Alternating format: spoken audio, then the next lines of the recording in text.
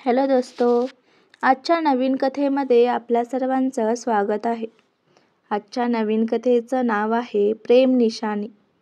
पुण्यातील सायली आणि अथर्व हे कॉलेजमधले बेस्ट फ्रेंड्स. अथर्वनं आपल्या आयुष्यातलं सगळं स्वप्न फक्त सायलीसोबत पाहिलं होतं. सायलीला पण त्याच्याविषयी भावना होत्या, पण तिने कधीच काही बोलले नव्हतं. 5 वर्षानंतर दोघांची पुन्हा भेट होते आणि तेव्हा त्यांच्या आयुष्यात एक असं गुपित उलगडतं की त्यांचं नातं कायमचं बदलून जातं. तर चला आपण इथून कहाणीला सुरुवात करूया. कॅफेमध्ये सायली आणि अथर्वची पहिली भेट होते. सायली समोर बसलेली, डोळ्यात थोडा अपराधीपणाचा भाव होता आणि थोडीशी चमक होती. सायली, असं अथर्व हसत म्हणाला. सायली, 5 वर्ष झाली, किती बदललीस तू? सायली हळू आवाजात म्हणाली. हो, बदल तर सगळ्यातच झालेत अथर्व, पण काही गोष्टी अजूनही तशाच आहेत. दोघेजण गप्पा मारतात. मागील आठवणी जाग्या होतात. सायली आता एका मोठ्या कंपनीत काम करते आणि तसंच तिचं लग्न ठरलेलं आहे असं ती सांगते. अथर्व बाहेरून हसतो, पण आतून पूर्णपणे तुटलेला असतो. त्या रात्री अथर्वच्या फोनवर एक अननोन नंबरवरून मेसेज येतो.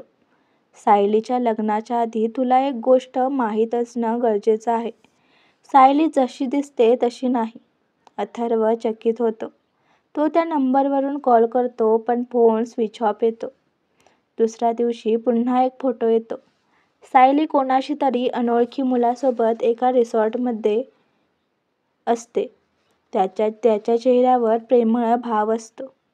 अथर्व थेट सायलीला भेटतो आणि म्हणतो, सायली, हे काय आहे? तो मुलगा कोण आहे?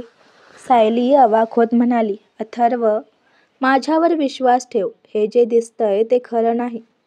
अथर्व रागाने तिथून निघून जातो.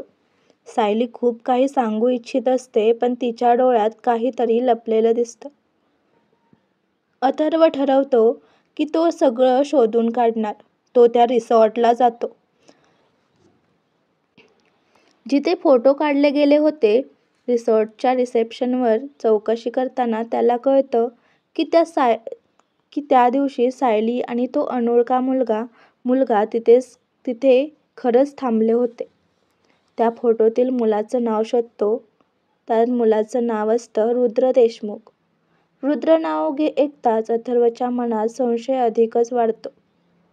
अथर्व रुद्रच्या मागावर जातो. रुद्रला भेटल्यावर तो शांतपणे म्हणतो. रुद्र हळू आवाजात म्हणतो, अथर्व, तुला वाटतं मी आणि सायलीचं काही चालू आहे? नाही, तर मी तिचा भाऊ आहे. अथर्व थक्क होतो.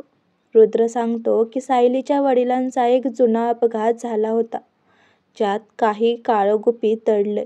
पण रुद्र काही सांगणार एवढ्यातच त्याच्या गाडीचा ब्रेक फेल होऊन अपघात होतो आणि तो जागीच मरतो. रुद्रच्या मृत्यूनंतर पोलीस त्याच्या सामानातून एक लिफाफा काढतात. लिफाफ्यावर लिहिलेलं सायलीकडून अथर्वसाठी. अथर्व ते पत्र उघडतो आणि जे वाचतो त्यानं त्याचं हृदय थरथरतं. अथर्व, माझं तुझ्यावर प्रेम होतं, आहे आणि कायम राहील. पण माझं आयुष्य तसं नाही जसं तुला दिसतं.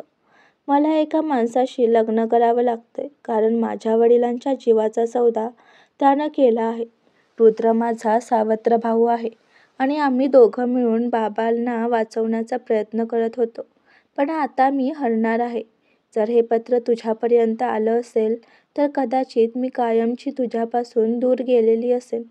अथर्व रडतो. त्याला सगळं सत्य समजतं, पण तेव्हा खूप उशीर झालेला असतो. सायलीचं लग्न होतंय. अथर्व दुरून बघत असतो, पण मंडपात अचानक गोंधळ उडतो. सायली बेशुद्ध पडलेली असते आणि डॉक्टर सांगतात ती 3 महिन्यांची प्रेग्नंट आहे. संपूर्ण घर हादरून जातं. अथर्व हळूच निघून जातो, पण सायली डोळे मिटण्याआधीच त्याला पाहते आणि सायलीच्या डोळ्यात एकच प्रश्न असतो, तू मला कधी माफ करशील? आजची कथा आवडला असल्यास व्हिडिओला लाईक करा, चॅनलला सबस्क्राईब करा आणि कथा कशी वाटली हे कमेंटद्वारे जरूर कळवा. व्हिडिओ जास्तीत जास्त शेअर करा. धन्यवाद.